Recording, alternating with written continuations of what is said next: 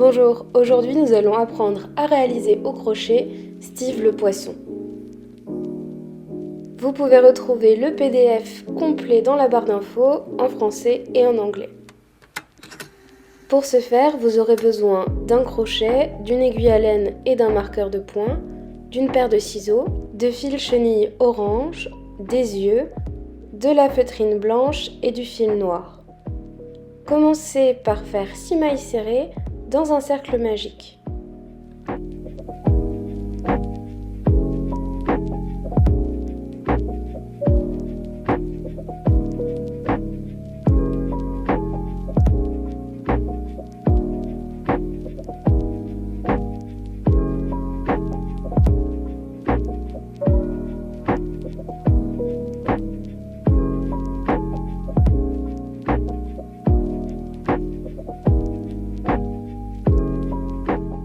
Le rang 1 est terminé, on commence le rang 2 en faisant 6 augmentations. Pour rappel, une augmentation, ce sont 2 mailles serrées dans une seule maille. Donc à la fin du rang 2, normalement nous aurons 12 mailles.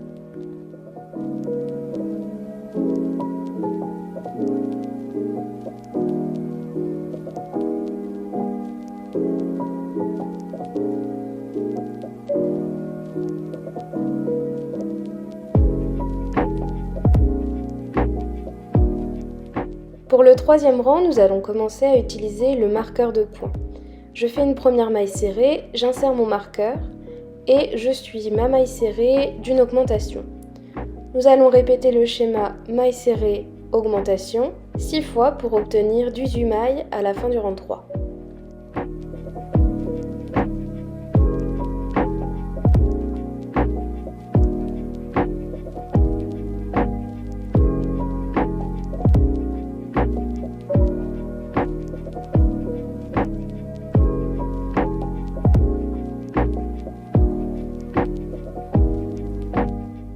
Pour le rang 4, je n'oublie pas de placer mon marqueur dans la première maille du rang et je fais un rang complet de mailles serrées, soit 18 mailles serrées.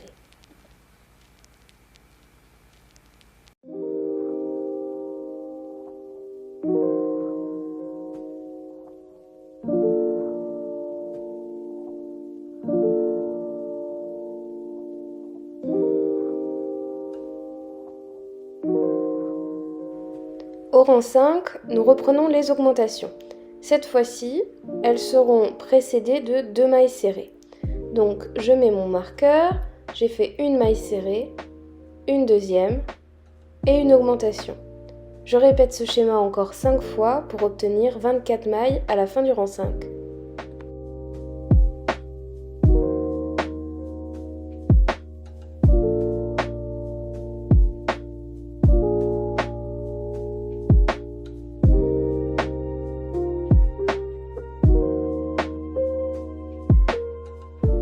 Le rang 6 est un rang tout simple de mailles serrées.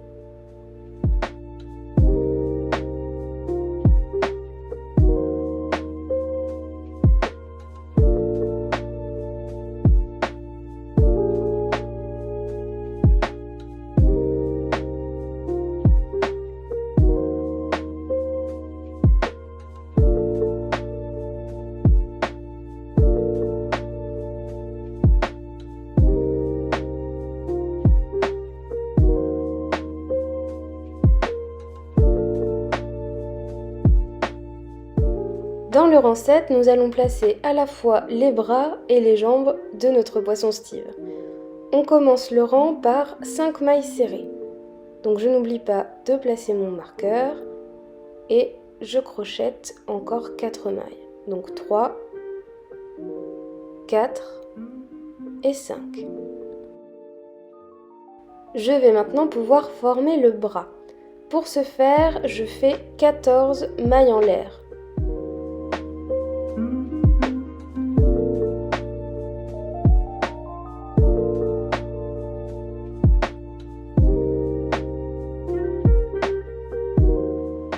Ma chaînette se constitue grâce à mes 14 mailles en l'air et depuis mon crochet, je vais compter 4 mailles. Dans la quatrième, j'insère mon crochet et je fais une maille serrée. c'est le premier doigt. Je fais ensuite 3 mailles en l'air, je l'insère au même endroit, une maille serrée, 3 mailles en l'air à nouveau et toujours au même endroit, une maille serrée. J'ai constitué les 3 doigts du poisson. Pour terminer le bras, je fais des mailles coulées tout le long, c'est-à-dire 9 au total, jusqu'à arriver à nouveau au corps de mon poisson.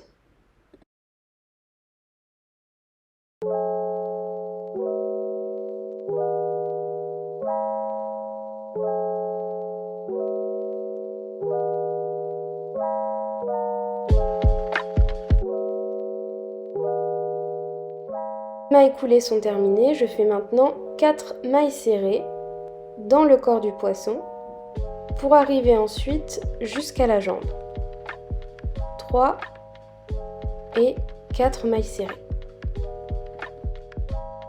Pour la jambe comme pour le bras, je vais faire une chaînette de 14 mailles en l'air. Mais cette fois-ci, je ne vais pas faire des doigts au bout, mais un petit pied avec des demi-brides que je vous montrerai à la fin de la chaînette.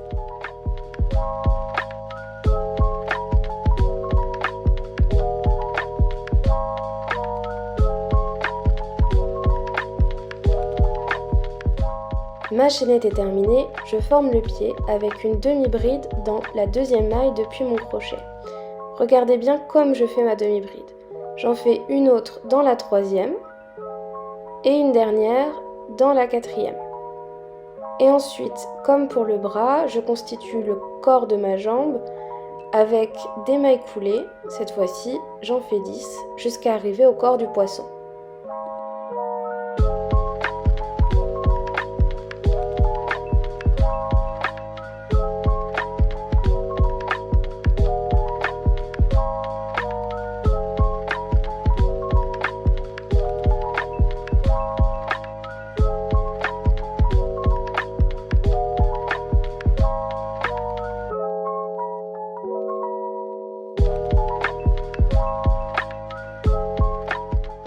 Je termine la jambe en mailles coulées et je continue le corps. Je fais 4 mailles serrées le long du corps de mon poisson et je vais venir reproduire la deuxième jambe juste après ces mailles. Donc 3 et 4.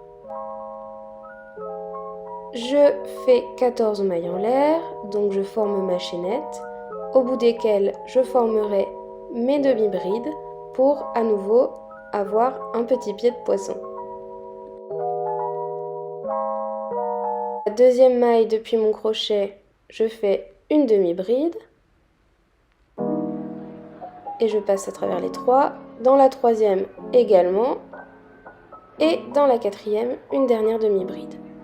Puis je termine ma jambe avec 10 mailles coulées comme pour la précédente.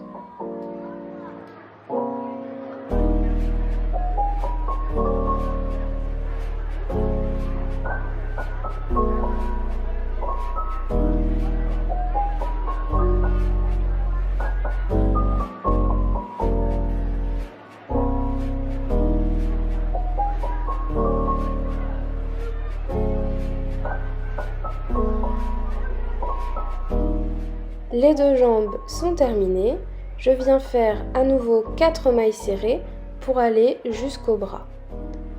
Donc je fais une maille serrée si j'y arrive évidemment. Voilà, une deuxième, une troisième et une quatrième. Je forme maintenant le bras comme pour la première fois en commençant par 14 mailles en l'air.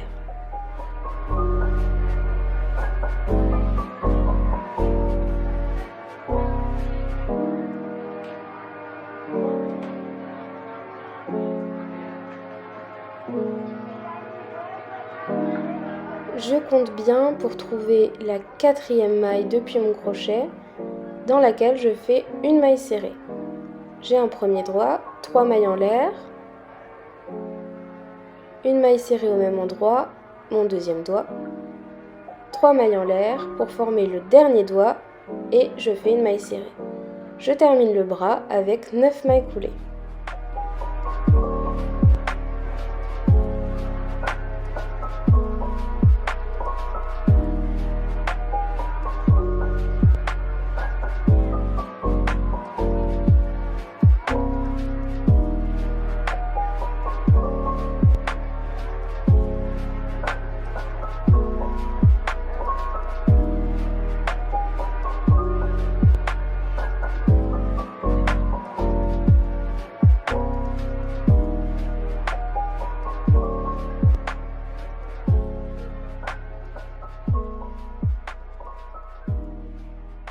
Je termine maintenant le corps de mon poisson avec 7 mailles serrées, bien contente d'avoir terminé la partie la plus difficile, croyez-moi et soyez rassurés.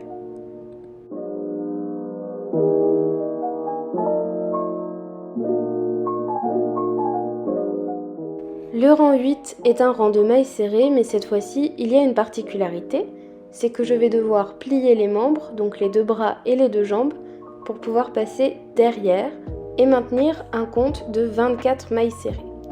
Donc, je vous montre, il y a possibilité que je sois un petit peu hors champ, mais c'est pas pour tous les membres, donc vous pourrez vous baser sur les autres.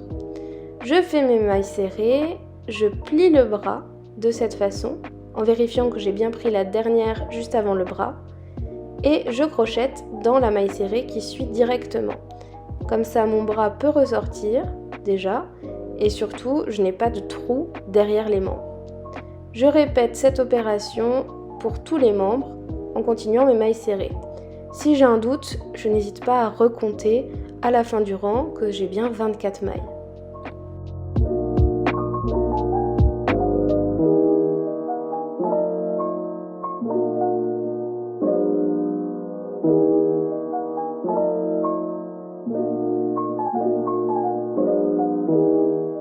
Le 9e rang marque le début des rangs de diminution. Pour ce faire, je commence par crocheter 2 mailles serrées en n'oubliant pas de replacer mon marqueur. J'en ai fait une, j'en fais une deuxième, puis je fais une diminution. Je passe seulement dans les brins avant des 2 prochaines mailles, puis je fais une maille serrée à travers ces 2 brins. Ça rend ma diminution complètement invisible. Je répète le schéma 2 mailles serrées, une diminution encore 5 fois pour arriver à 18 mailles au total à la fin de mon rang 9.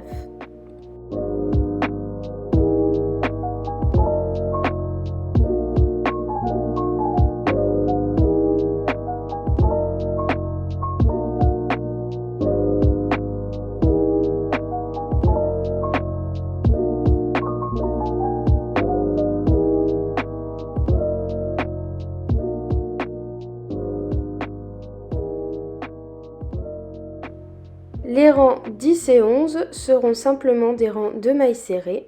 Donc je vais faire 2 rangs. J'ai pas mal accéléré la vidéo pour que vous voyez bien ce que je fais sans que ce soit trop lassant. Et je vous retrouve à la fin des 2 rangs.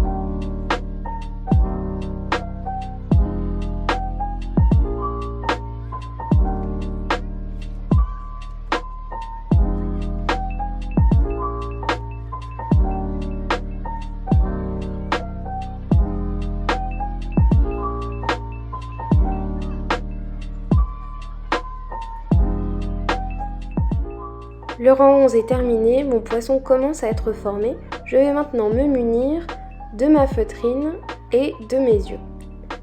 J'ai pris une feuille de feutrine dans laquelle j'ai découpé des petits rectangles ou des carrés, puis j'ai mis mon œil au milieu en perçant. Maintenant, avec ma paire de ciseaux, je vais former un cercle relativement large, plutôt un disque qui va entourer l'œil de mon poisson. Vous pouvez le faire avec un gabarit, moi je l'ai fait un petit peu comme ça, mais si vous voulez un résultat plus net, c'est tout à fait possible.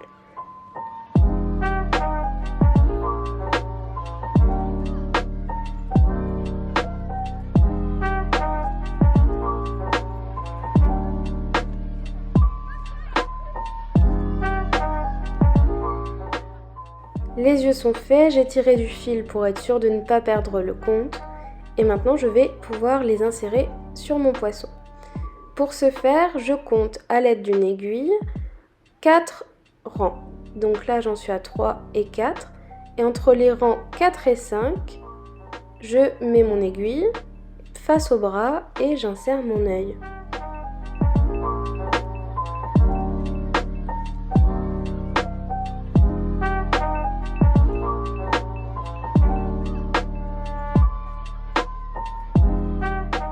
Je reproduis le processus de l'autre côté, entre les rangs 4 et 5, face au bras pour qu'ils soient à la même hauteur.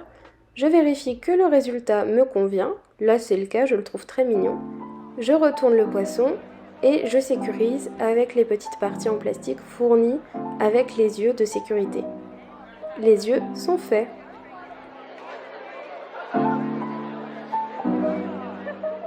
Je continue désormais mon poisson, cette fois-ci en faisant une maille serrée suivie d'une diminution. Donc je fais ma maille serrée, j'insère à nouveau mon marqueur et je fais une diminution. Je répète le schéma, une maille serrée, une diminution encore 5 fois pour obtenir 12 mailles à la fin du rang 12.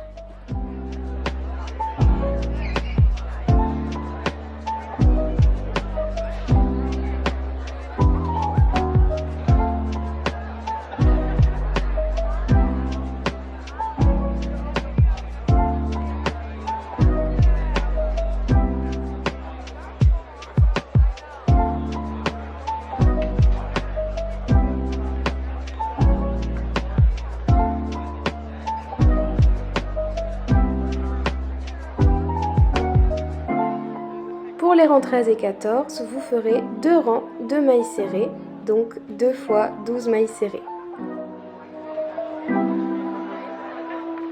Mon rang 14 est terminé, je vais commencer à rembourrer mon poisson. Comme d'habitude, je tire un petit peu de fil et je commence tranquillement le rembourrage de la tête. Puis je finis avec le corps. Alors, il faut vraiment y aller au fur et à mesure pour voir si la forme vous convient, si vous le voulez plutôt dodu ou plutôt fin, et vous rembourrez à convenance.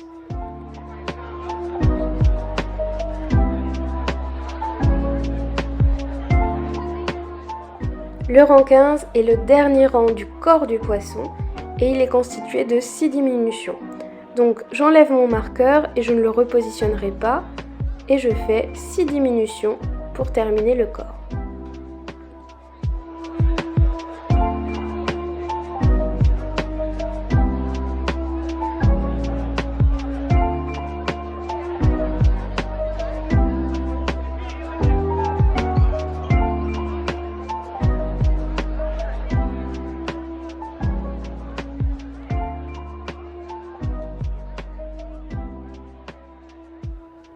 Les diminutions terminées, je termine aussi de rembourrer mon poisson pour être sûr que la forme me convienne, puisque juste après, il sera fermé. Je suis contente de la forme de mon poisson, je vais pouvoir le fermer. Je vais commencer par crocheter une maille serrée pour arriver au milieu de mon poisson. Si on suivait son arête dorsale, il faudrait que ça arrive au milieu des 2 yeux. Je peux maintenant plier en deux et faire 3 mailles serrées en passant des 2 côtés du poisson. Donc 1, 2 et la 3e. Ça y est, notre poisson est officiellement fermé. Et on commence la queue. Pour la queue, je vais commencer par faire une maille en l'air. Donc, je la commence ici, puis je tourne mon ouvrage et je fais une augmentation. Pas dans ma maille en l'air, mais bien dans la maille serrée du dernier rang. Puis une maille serrée et à nouveau une augmentation.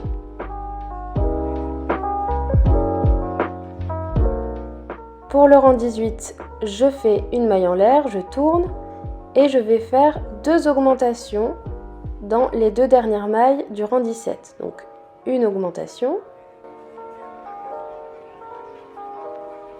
une deuxième, je me bats un peu avec le fil, Ensuite, une maille serrée et à nouveau 2 augmentations. Donc, une augmentation et une deuxième à la fin de la queue.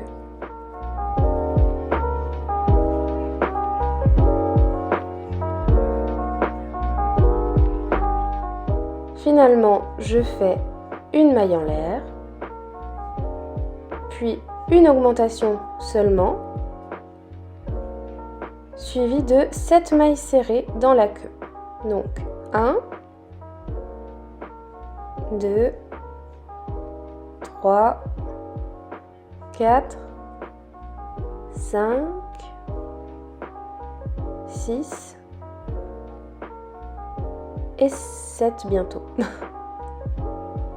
Je termine par une augmentation et moi j'avais pile la bonne quantité de fil, mais là normalement après cette augmentation c'est le moment où vous pouvez faire une maille en l'air et couper votre fil. Gardez-en quand même une bonne longueur, il va falloir rentrer ce petit bout là dans le corps. Avant de venir former la bouche, je vais déjà rentrer mon fil. Donc je le passe dans le chat de mon aiguille à laine et je fais un dernier nœud pour m'assurer que ce soit bien sécurisé. Je passe ensuite point par point dans la queue jusqu'à atteindre le corps où je vais faire à nouveau un petit nœud.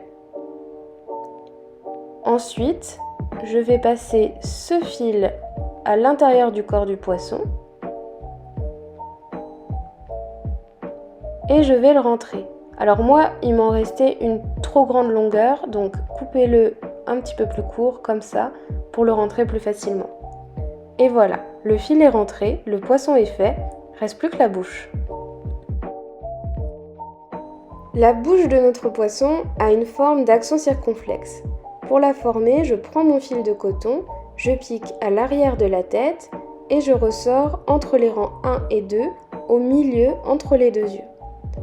Je laisse une petite longueur pour nouer ensuite et je forme la partie inférieure gauche entre les rangs 3 et 4 et je ressors là où j'avais piqué pour le haut de la bouche. Je répète ça une autre fois. Et ensuite, pour épaissir la bouche et pour rassembler ces deux petites parties de fil, je passe sous les deux brins et je répète l'opération plusieurs fois. Vous allez voir, ça va s'entortiller un petit peu et c'est ce qu'on veut. Ça rendra beaucoup plus joli, ce sera plus net. Une fois que j'ai fini d'entortiller, je repique en dessous et je vais chercher l'endroit parfait pour faire l'autre extrémité de la bouche, toujours entre les rangs 3 et 4. À nouveau, je vais passer 2 fois. Vous pouvez passer une seule ou 3 si vous voulez faire plus épais. Et j'entortille encore en passant sous les deux brins.